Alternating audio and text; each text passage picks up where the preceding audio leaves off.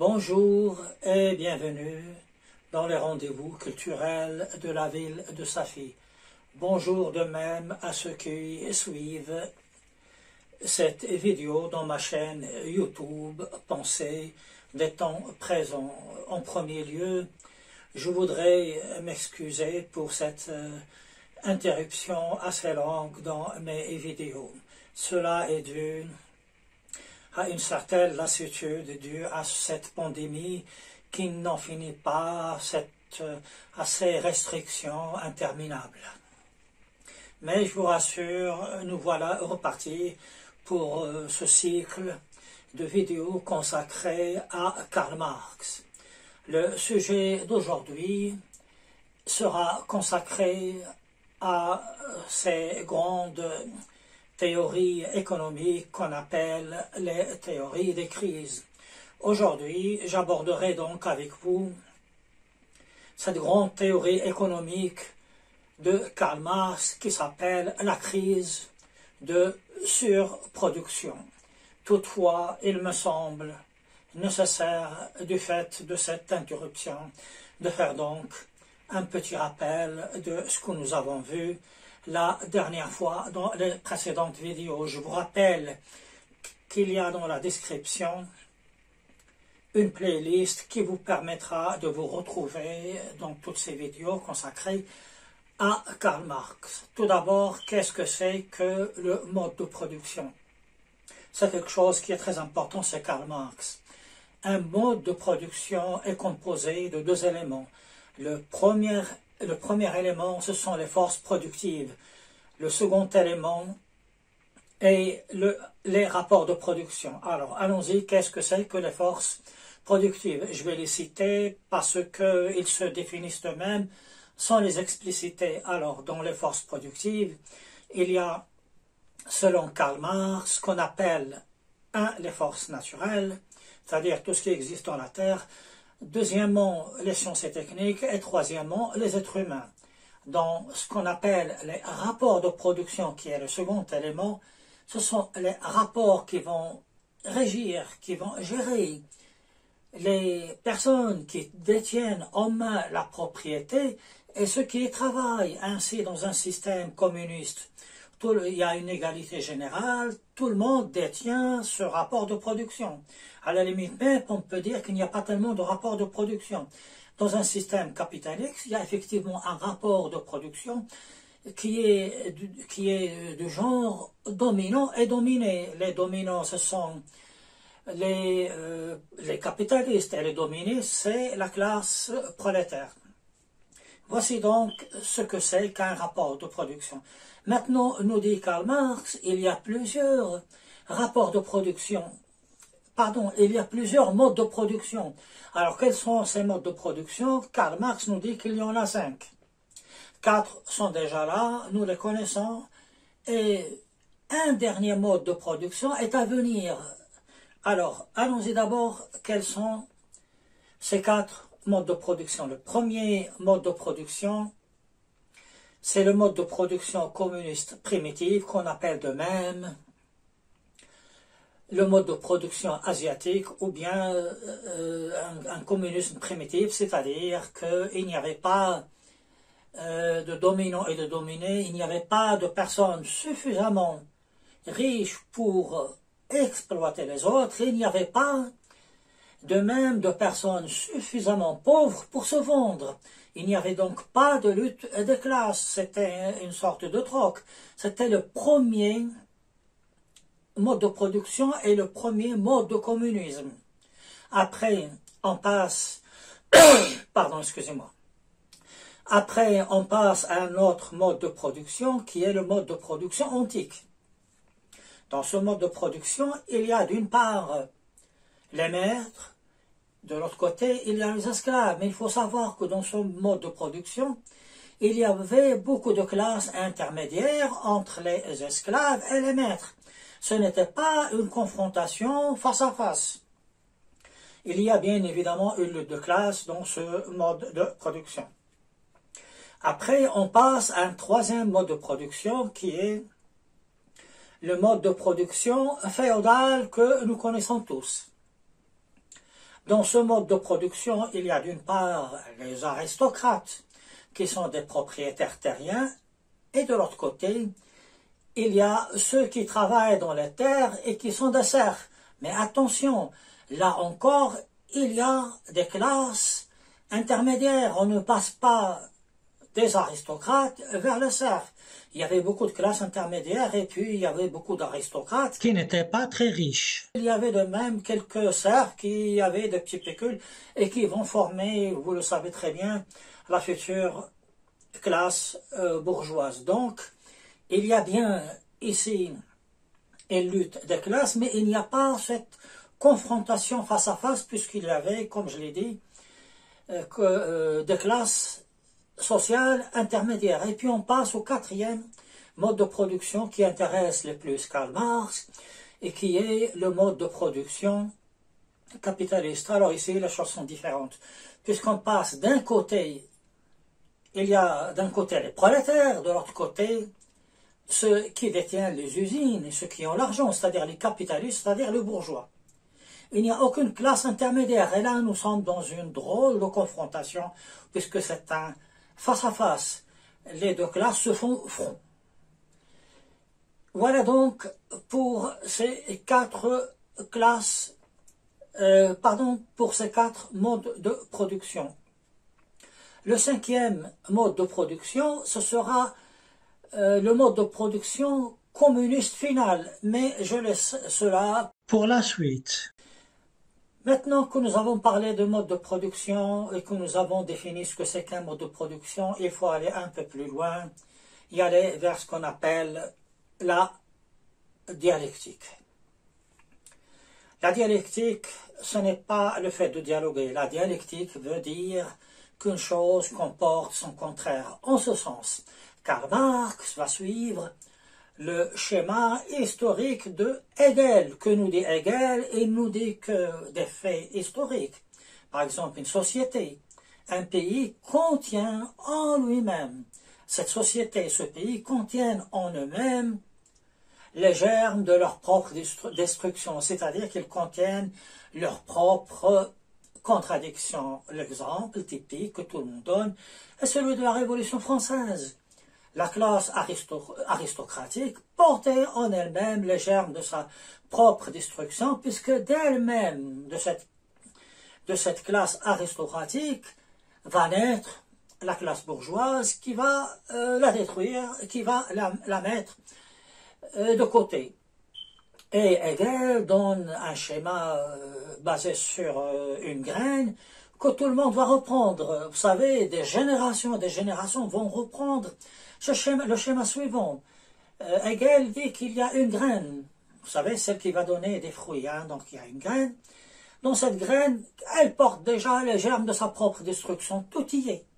C'est-à-dire que cette graine, une fois qu'elle est mise sur terre, elle va donner un arbre, l'arbre va donner des branches, puis après, il va donner un fruit. Le fruit contient déjà sa propre contradiction qui est le noyau.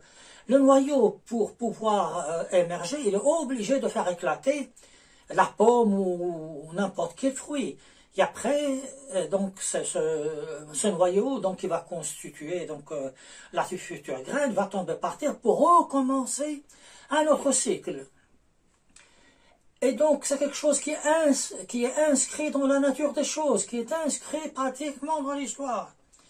Et donc, Karl Marx va reprendre pour lui-même ce schéma. Il va nous dire que finalement, le premier mode de production, qui est le mode de production communiste primitif, le mode de production asiatique qui est basé sur l'égalité. Quand je dis que c'était l'égalité, attention, les gens n'étaient pas égaux, ils n'étaient pas pareils. Il y avait une justice, ce n'était pas le nivellement. Hein, on ne fera pas donc cette confusion. Donc, dans ce premier mode de production asiatique communiste, il y a déjà tout y est déjà, toutes les contradictions qui vont mener progressivement à la destruction de tous ces modes de production, tout y est déjà, tous ces modes de production, y compris le dernier, le mode de production capitaliste, va disparaître pour voir émerger le dernier mode de production, qui est le mode de production communiste final, mais je reverrai ça un peu plus loin. Vous savez, Karl Marx est tout à fait conscient que les choses ne peuvent pas se faire de cette façon aussi simple. Ce n'est pas parce que les gens vont dormir que les choses vont évoluer. Il va rajouter autre chose qui est le matérialisme. Alors, la dialectique, je le répète, c'est le fait qu'une chose contient sa propre contradiction. On ne confondra pas, comme je l'ai dit, avec le dialogue, tandis que le matérialisme, on ne le confondra pas non plus avec des personnes qui aiment l'argent ou qui aiment les choses matérielles de la vie. Ce n'est pas ça du tout. C'est autre chose. Par matérialisme, on veut dire la matière. Ce sont des théories que l'on trouve déjà chez Épicure, et ça a été bien décrit de façon magistrale par Lucrèce dans l'ouvrage de la nature des choses. Que veut dire donc cette théorie? Elle veut dire que toutes nos pensées, tout ce qui existe n'est que transformation de la matière qui évolue. Et le matérialisme, donc, ajouté à la dialectique, va donner une pensée qui est très importante chez Karl Marx et tous ceux qui vont le suivre par la suite. Le matérialisme dialectique, qui veut dire que les sociétés portent leurs contradictions, mais également elles vont se transformer. C'est cette transformation qui est importante, comme les molécules qui forment la matière se transforment, comme l'a très bien décrit, je le dis une autre fois, Lucrèce, en se basant sur les grandes pensées d'Épicure. Voilà donc, nous avons tous les éléments en main pour aborder la crise de surproduction. Donc, aujourd'hui, nous verrons la crise de surproduction. La prochaine fois, nous verrons une autre crise qui s'appelle la crise de la plus-value. Alors, dans cette crise de la surproduction, beaucoup de penseurs modernes, contemporains, disent que c'est une pensée qui est très faible du point de vue économique et que ne s'est jamais réalisée. Moi, je crois que tous ces penseurs se sont trompés. Au contraire, sa théorie sur la crise de surproduction est une théorie qui est très puissante. Mais que nous dit donc cette théorie de la surproduction? Karl Marx nous dit, puisque nous sommes dans un système, un mode de production libéral, où personne ne contrôle personne, où les riches sont hors du contrôle. C'est d'ailleurs ce que disent Ricardo et Adam Smith, puisque nous sommes dans ce cas de figure. Tout le monde va produire n'importe quoi. Des personnes vont produire la même chose. Ils vont se trouver avec une débauche de produits que personne ne va acheter.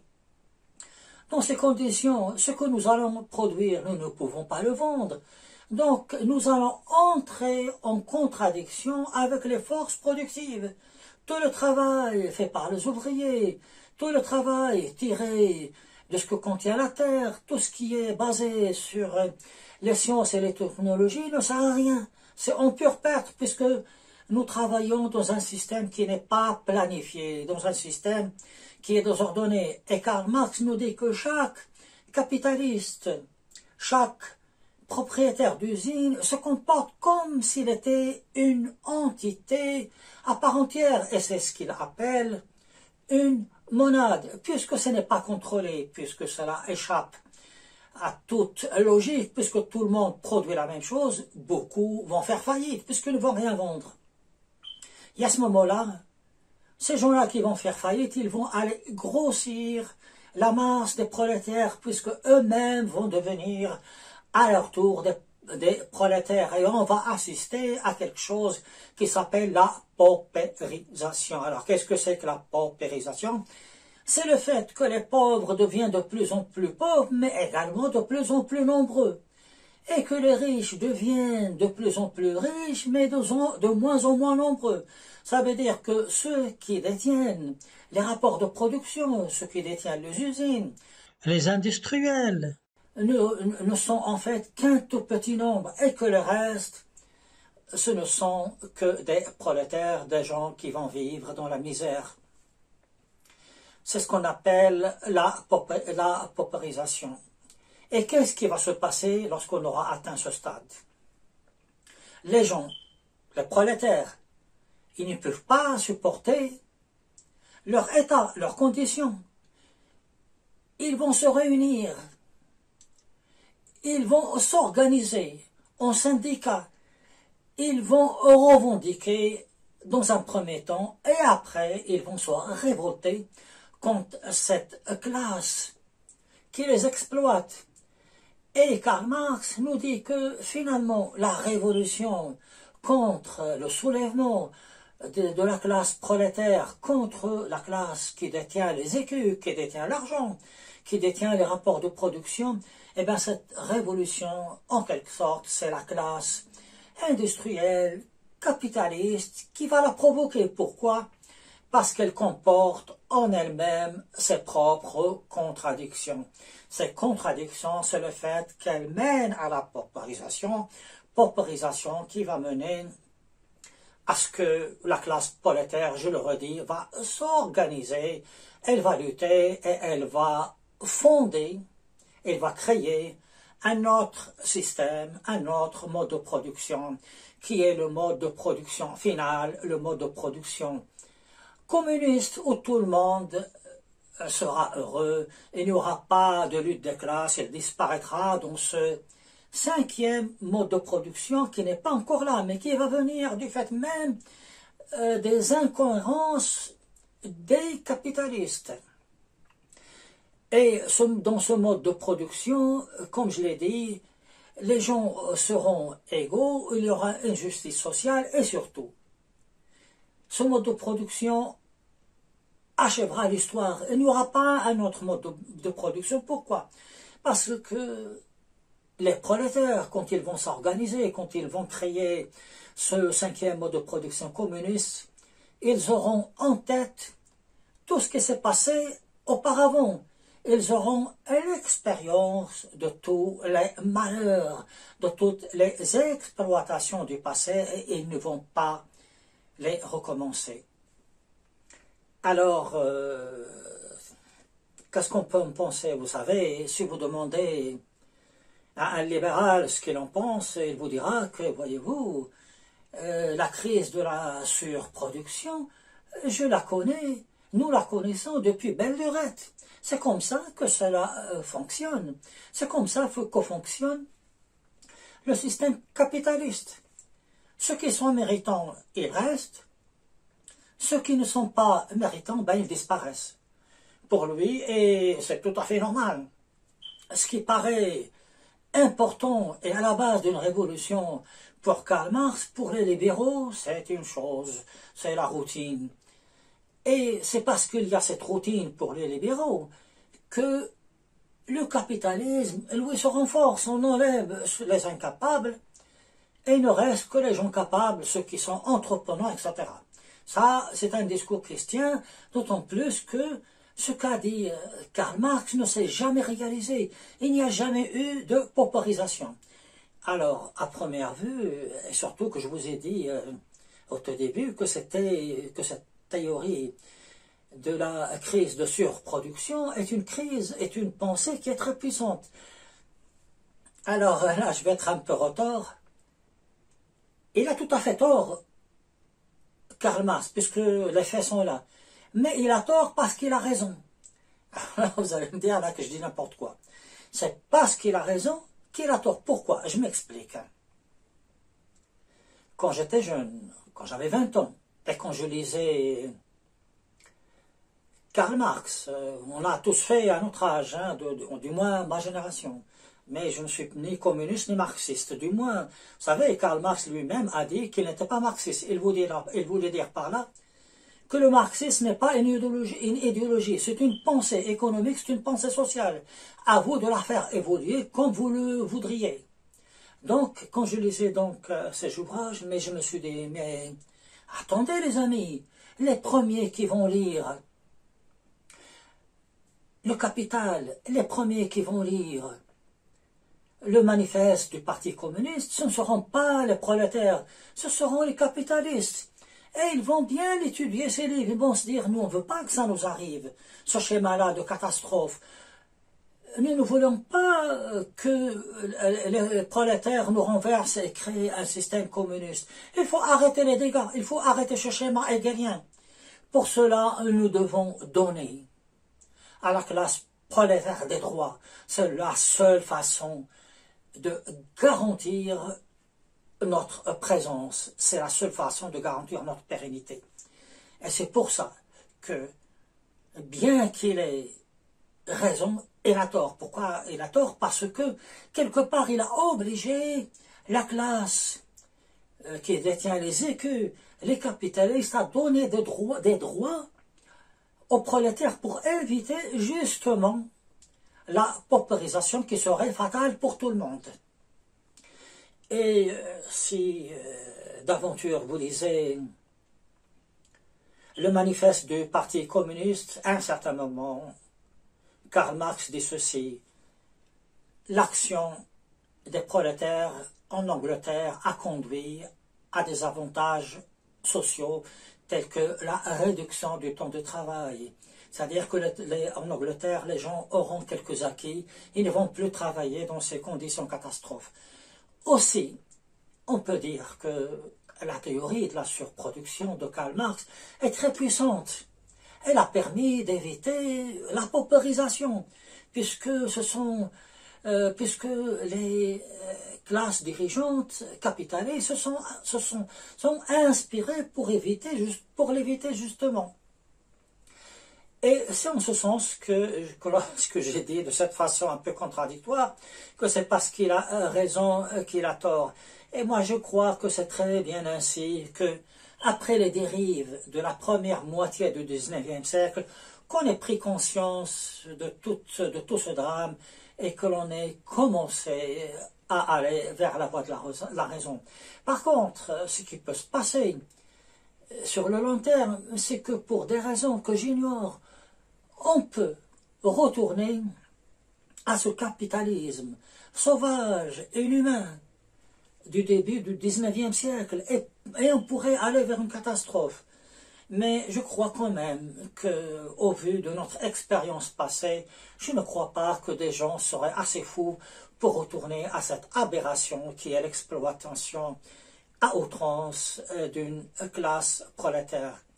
Je crois qu'en fin de compte, Karl Marx reste un très grand humaniste, comme je l'ai dit auparavant dans mes précédentes vidéos. Mais je voudrais qu'on n'oublie pas sa femme Jenny, qui était une femme extraordinaire, et je ne voudrais pas qu'on oublie son ami Engels. Je crois qu'avec cela, j'ai fait un tour d'horizon de cette crise de surproduction, et la prochaine fois, je ferai un petit rappel, c'est nécessaire, des théories libérales de Ricardo et d'Adam Smith avant de vous exposer la théorie de la plus-value. D'ici là, je vous souhaite une bonne journée et continuez à être prudent, même si les cas de la Covid commencent à diminuer, le virus est toujours là. À bientôt. Pardon, excusez-moi, là je tousse. Excusez-moi. À bientôt et pour une prochaine vidéo.